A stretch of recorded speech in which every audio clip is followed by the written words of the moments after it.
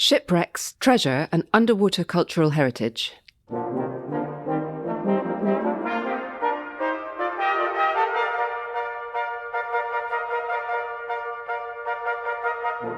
I'm Clarissa Levi, Art and Heritage Counsel at Wedlake Bell. And I'm Richard Harwood, I'm a barrister at 39 Essex Chambers. And we are joined by Tim Maxwell, Head of Art and Luxury at Wedlake Bell. Hi Tim, thanks for joining us. Hello, thank you for having me. So, Tim, just to start, you have spent your whole career advising on art and heritage matters. So what drew you, first of all, to underwater cultural heritage? So it's obviously an area that's fascinating from a very young age. The stories of shipwreck, treasure, pirates always fascinates, sort of young age upwards. Obviously, when you're that age, you don't realise that you could actually get involved with those in your professional life as well. There aren't too many cases on it, but it's obviously a fascinating area alongside the sort of cultural heritage world. And a lot of the stories are very interesting, and also the intersection of international laws, treaties, and just the history behind some of the wrecks. So it's got law, it's got excitement, it's got everything we need. Absolutely. Okay. So firstly, just to set what we're looking at, we talk about underwater cultural heritage. What do we mean by that? So underwater cultural heritage is defined by UNESCO, and it's all traces of human existence that lie or have lain underwater and have a cultural historical character. That can mean both shipwrecks, which is what we're primarily talking about, but also sunken ruins and cities, such as things like the Pharos of Alexandria. And there are lots of, obviously, now submerged prehistoric sites where coastlines or landscapes have changed. So it would cover all those aspects, but primarily, I think we'll be covering shipwrecks. But it doesn't cover everything, does it? There are things under the sea which are man-made, which are not cultural heritage. No, absolutely. So probably the best examples are things more recently like pipelines, cables, those sort of things. Or just recent stuff that has sunk. Yes. There's a time period as well. So it's 100 years. So anything more recently is not classed as cultural heritage, but it may be protected under different things such as war graves or those sort of aspects. Okay, so basically everything man-made that has been under the water for 100 years. So now to the really exciting preliminary question. What are the main bodies of law that govern shipwrecks? I mean, I understand that the law is complex. So what makes it so complex? So you have a sort of intermesh of laws. You have international law, you have treaties, and you also have cultural heritage law. But primarily, initially, the law was defined by the Admiralty courts. And if you have a quiet afternoon reading some of the cases in the Admiralty reports from the sort of 1700s, 1800s, they're absolutely fascinating. And that was common law to decide who was entitled to receive, for example, prize. So that was when Royal Navy vessels sank a foreign nation's vessel and the crew were all entitled to certain proportions in reward. And there were sort of admirals and captains who made vast fortunes from sinking particular treasure fleets or galleons or capturing them. And there's also then, more recently, there's been the law of the sea, which grew up around the need to manage international relations. As obviously, the seas became busier, technology advanced, and to govern nations into relationship with each other. And then there's also, more recently still, there's been the UNESCO Convention on the Protection of Underwater Cultural Heritage, which was 2001. And that has not been universally adopted, but it's now been adopted by, I think, around 80 states. So it's a sort of laws that have built up along the way, and also, to be fair, to cover various different aims and objectives. So the intersection between them isn't purely cultural heritage. In fact, that's a very small part of it. Yes, if we just think through an example of the problem, you may have a ship in one nationality coming from a colony which is now a different state, which then founders in international waters or alternatively near another third country. And then you've got somebody from an entirely different jurisdiction who finds it centuries later and is looking at recovering items from it. What's a good example to get us started into the sort of problems we have here? So the problems developed in the 1980s. There was a good example of a ship called the Atocha. That's not the complete name, but that's the name by which it's known, which was discovered in Florida by a treasure hunter called Mel Fisher. And there have been movies and documentaries made about this ship. And in that case, it was found there was a dispute over whether it was in Florida territorial waters. It turned out not to be, because it was slightly further out than the then limit of Florida territorial waters. it was a Spanish ship and it had foundered in a storm. So there wasn't an element of someone having sunk it and then seeking to claim it under the law of prize. And it was searched for, I think, for around 16 years. And then when it was found, Mel Fisher went to the Florida courts, the district court, and asked for a determination that effectively he was entitled to a salvage award, and all sorts of other entities came in. The US came in to claim it. The state of Florida came in to claim it. Interestingly, the Spanish didn't intervene in those particular proceedings. So in the end, after going to the Supreme Court, Mel Fisher was found to be entitled to it. And then the treasure, which was, I believe, gold and silver bars, was then sold on the commercial market. You can still buy them, and I think they've recently found some more, because I think the Stern Castle, where most of the treasure was said to be housed, was never actually found, so that's still there. They just found part of the cargo, so there's still more there potentially. And do we know why Spain didn't say, hey, it's our ship? No. So another example would be the Juno or the Galgo, which were ships, again, which were sunk in a storm off the coast of Virginia, I think, on this occasion. And Spain played a very active part in those proceedings when someone again tried to come before the US courts and say, could I be awarded the value of this shipwreck? Spain did play a very active part, and there were all sorts of treaties. There's a treaty from 1902 between the US and Spain, which they relied on. I think it's called the Treaty of Friendship. And under that, Spain was held to be entitled to assert its rights, as it was a warship and they'd never given up rights to their warships because they remained the property of Spain. And that was essentially the argument. And I think what both those two examples are looking at seems to me to be a question of ownership of commercial value of salvage rights. But that is simply one aspect of the topics. How has international law evolved to look at these in a sort of a wider sense? So there's a UN Convention on the Law of the Sea. What does that tell us about these topics? So the Convention on the Law of the Sea only covers cultural heritage or archaeological and historical nature, is how it's defined under two of the articles. It's Article 149 and Article 303. That essentially provides that underwater cultural heritage belongs to the benefit of mankind as a whole. And then at Article 303, all states have a duty to protect anything that they find, and there are different rules that apply between certain distances from the shore. So within 12 miles of the shore, it's the coastal state is presumed to have jurisdiction.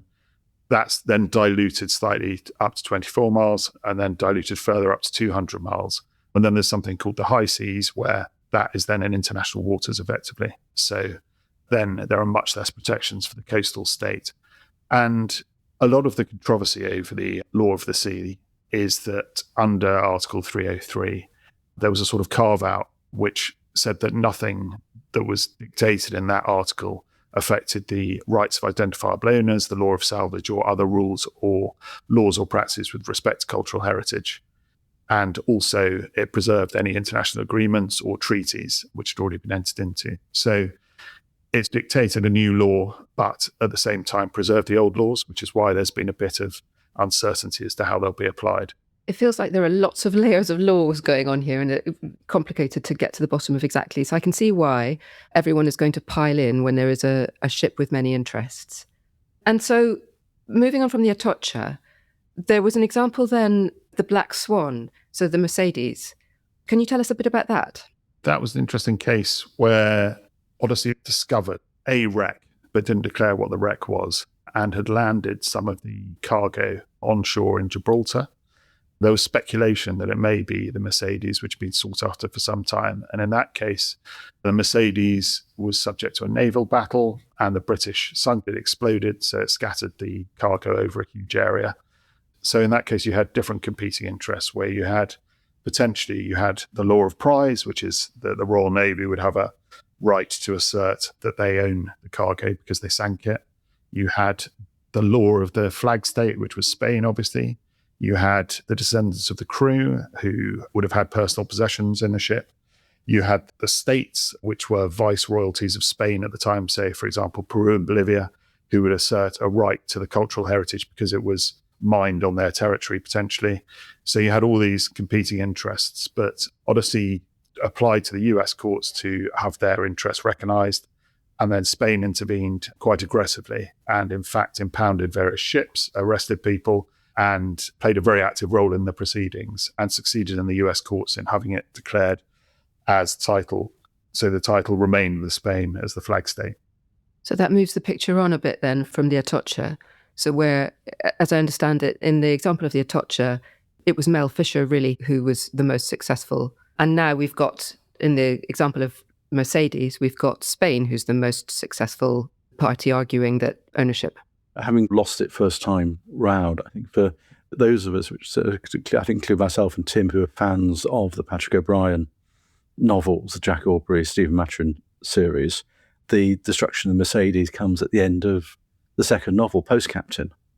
Then some of the consequences, I think, flow through into the next story as to the British captains not getting prize money because it's all the property of the Admiralty because they're attacking the Spanish before war had been declared, getting the retaliation first. So it's an interesting saga from even back 2 centuries ago, let alone what's then happened since on it. But this isn't how the story ends, is it? Because there are further examples. And Tim, we'd love to ask you about the San Jose and what that tells us about colonial era shipwrecks.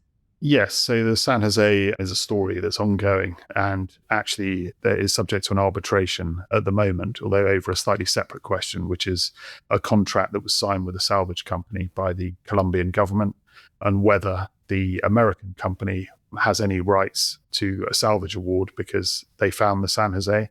It's disputed whether they did in fact find the San Jose, and that's all being subject to a confidential arbitration. I believe Spain has tried to intervene in the arbitration, but they've been told that they cannot because it's not relevant to the question being determined.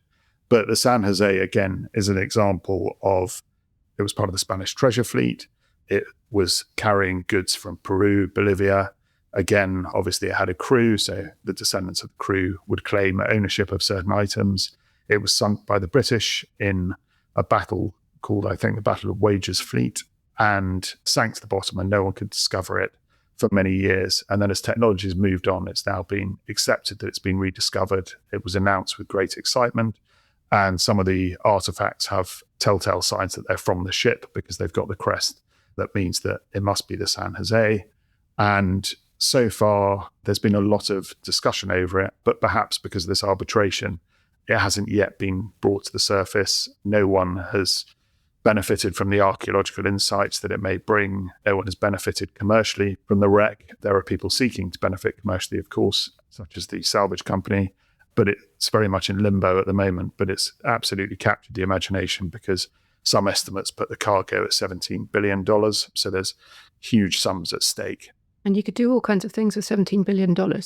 Yes, and that is interesting because Colombia, domestically, they've not signed up to the 2001 UNESCO Convention on the Protection of Underwater Cultural Heritage, quite a mouthful, but they did implement domestic law, which said that they own underwater cultural heritage within a certain limit of their coastline, perhaps with this in mind.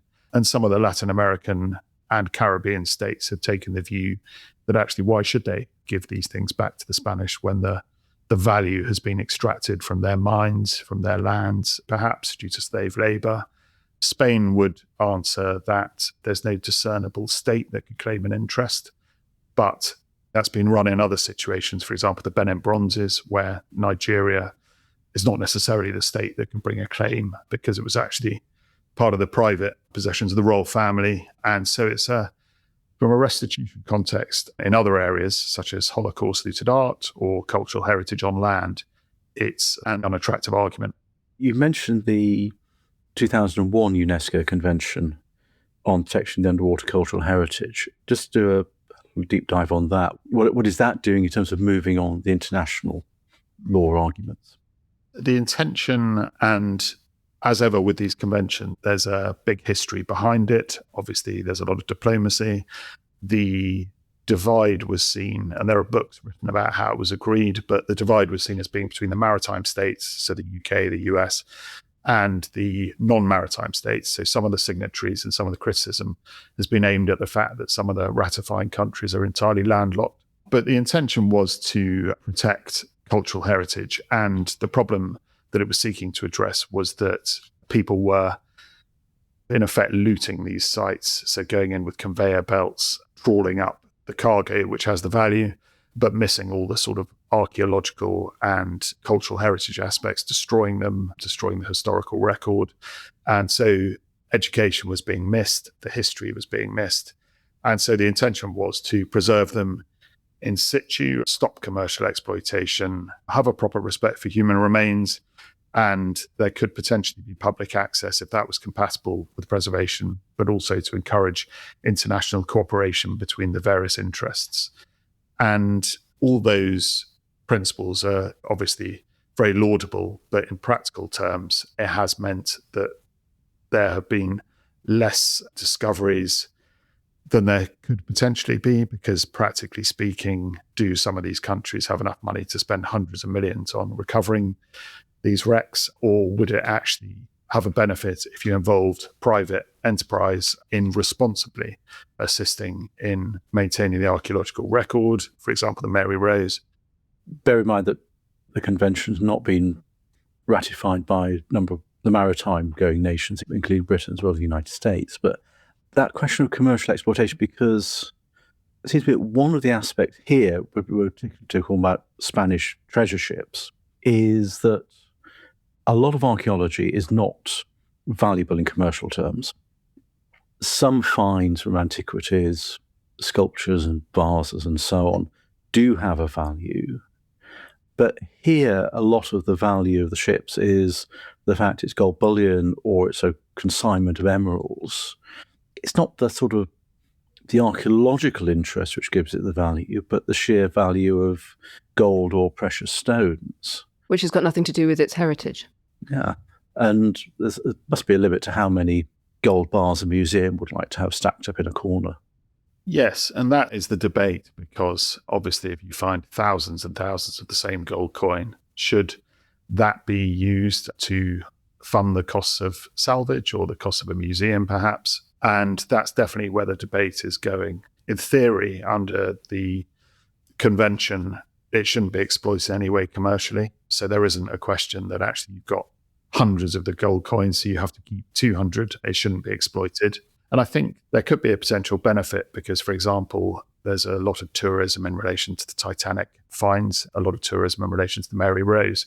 So actually, in some of the Caribbean countries or Latin American countries, would there be a benefit to using some of the cargo to be sold in order to fund a museum that could then be visited by tourists? And also, should those countries be entitled to exploit items that were effectively forcibly taken from their countries in colonial times?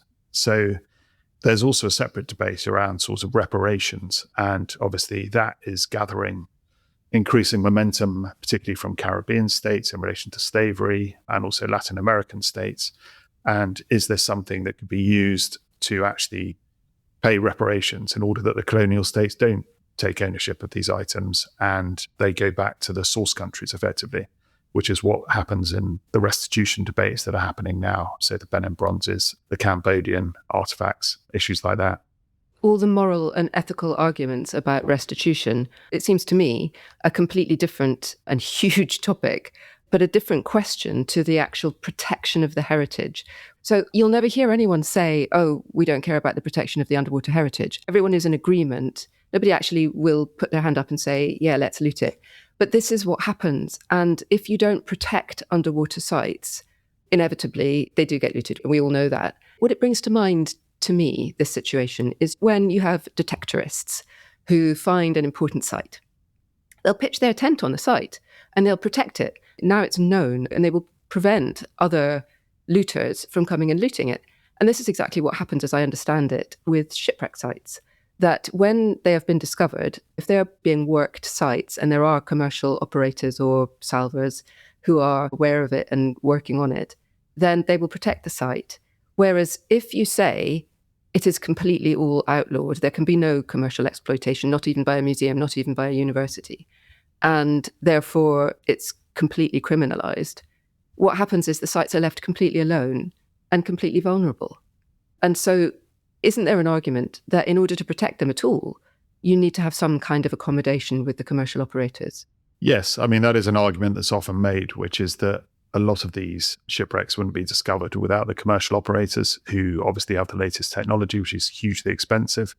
And if they're not incentivized to discover these things or to preserve them, then they'll simply be lost eventually, because the sea or the sands or whatever it might be will break them up, or pirates will loot them. So there is an argument for that. But then the question is, how do you incentivize them to invest this money? Because whilst there are very laudable archaeological heritage aspects, a museum doesn't necessarily make money. There may be tourism interest. So it may be that a Caribbean government is interested in establishing a museum of some of the more famous wrecks. But equally, if it's got the private salvage companies involved, there's got to be a return. And the only way you can do that is by monetizing the cargo or potentially having exhibitions, which is what the Titanic salvors did.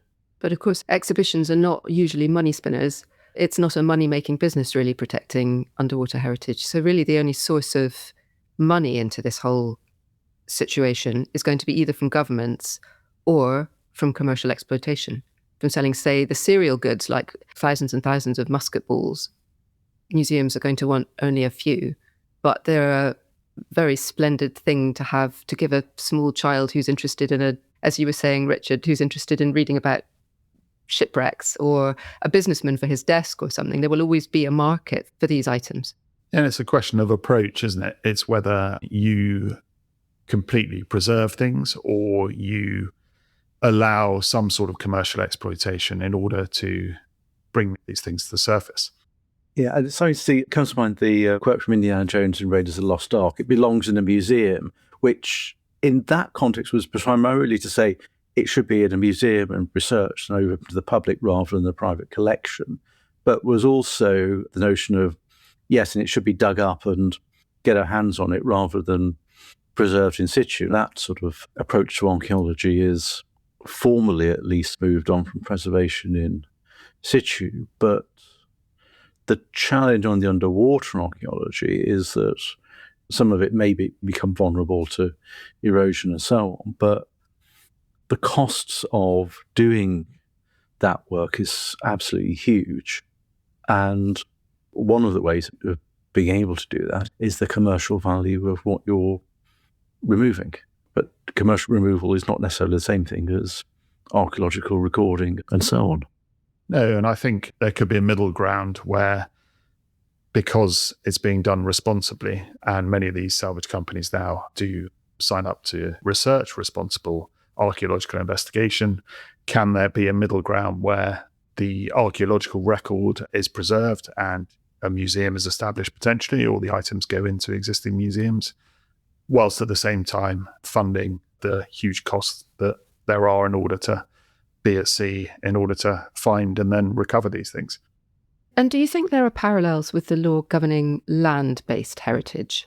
Yes, I mean, there are two broad approaches in relation to land-based heritage, where either the nation state is said to own everything on its territory and everything instantly goes to the government, or the UK has a slightly different approach where they incentivize people to discover things, pay them a reward, and then they do tend to go to museums, but the person who discovers it and the landowner gets a reward for that. We're talking about detectorists, aren't we? Exactly. So it's a question of whether you incentivize people because that recovers more, stuff doesn't go to the black market or is hidden, or whether you say as a blanket rule, everything belongs to the government. And there are those two approaches. And in the underwater world, it seems to be much less advanced by saying that everything belongs to someone, whether that's the flag state or the coastal state. But the presumption through the courts has been that it belongs to the flag state, which tends to be the colonial power, which is obviously very different to land-based heritage, where the incentive is to give things back. If you're not having an accommodation and you're not showing any flexibility, then what happens? People just loot the stuff. Potentially, or it remains where it is. The UK government has actually signed up to a couple of joint venture agreements in order to recover certain wrecks. They signed up with private salvage companies in order to share the proceeds. So that is an option as a practical and commercial way of recovering the wrecks. Obviously, with the pressures on public funding, the UK government probably wouldn't have done that alone. But if it could outsource the cost to a different entity, then it made sense for all parties to do that. But it's very tricky in the current climate, isn't it, when it's so frowned upon to be excavating underwater sites for anyone to be involved, even in those joint ventures which are with governments. Yes, it is very difficult. And it's also difficult for states who always have better things to spend money on than going on a treasure hunt, basically. So it probably just won't happen in the current climate and public funding. Things will just be left where they are. But you've got the sort of the nature of salvage is that it's a sort of a risk operation for reward. So salvage as a legal concept has always had that notion that you're acting as a volunteer to preserve or contribute to preserving, let's say, any vessel, cargo that's in danger, the definition which Geoffrey Rice QC came up with. But that in the classic example is the sort of the ship in distress and somebody goes out and tries to assist it. It's evolved to hugely well-resourced and complicated salvage companies like Smith. And now, if we're looking at something that's 2 centuries old, law of salvage is a slightly odd way of looking at it, but there's still that sort of notion that it's a reward for recovering property or protecting property, and you get a reasonable return from that. And if you don't get it, you don't get a salvage award. So it's that risk-based approach, which is very different from an archaeological approach. And just putting it in context, who can tell me how much it costs to go and investigate and excavate an underwater archaeological site? Well, I think it's probably hundreds of thousands of dollars a day just to have a boat at sea. And that's not only to actually salvage something, it's also to find initially the archaeological site. So it's going to cost millions and millions of pounds and absolutely no guarantee of any sort of return. So Tim, if you were able to wave your wand and change the law, what would you reform in the way that we treat our underwater cultural heritage, if you could? Well, I think the thing that you notice as an art and cultural heritage lawyer is that the law seems quite outdated in terms of preferring the colonial powers. And so you could see arguments that actually the Caribbean states, the Latin American countries should receive back the property that was theirs. How you do that within the accommodation of the existing law is more difficult. So I think you would need to reform the law to recognise the fact that the restitution debate has moved on and people accept that actually things that were taken by the colonial powers from their subject states should be returned. So I think that would be the one thing that strikes me as inherently unfair about the current situation. So instead of being a treasure hunting situation, it could be transformed to an absolutely wonderful opportunity to give back and almost fulfill some certain ethical and moral obligations. Yes, and I think on occasion it would be that people wanted the wreck recovered in order to fund tourism and have a museum. I think in the Bahamas there was talk of doing that with a wreck. In other situations where the cargo is very valuable, well, there'll be an argument over which country should receive the benefit of that. But you could see an argument that whilst certain aspects of it should be preserved, particularly the heritage aspects, if, as Richard was saying, there are multiple examples of gold coins or something, then potentially that could be monetized for the previous subject state to receive some sort of compensation from the colonial powers. Well, thank you. I've got an image in my head of a young Richard and a young Tim being given a little gold coin and being absolutely thrilled to the core. There will always be an interest and a fascination with shipwrecks and treasure. And this has been a really fascinating discussion. So thank you so much, Tim. Thank you very much. Thank you for listening to the Art and Heritage Law Contested Heritage. Please do follow or subscribe on Apple or Spotify podcasts to enjoy more shows. We have a new podcast out every fortnight. If you're able, please take the time to rate us and put down a review. The show is also on the 39 Essex Chambers website, along with podcast series on topics such as artificial intelligence, climate change and planning.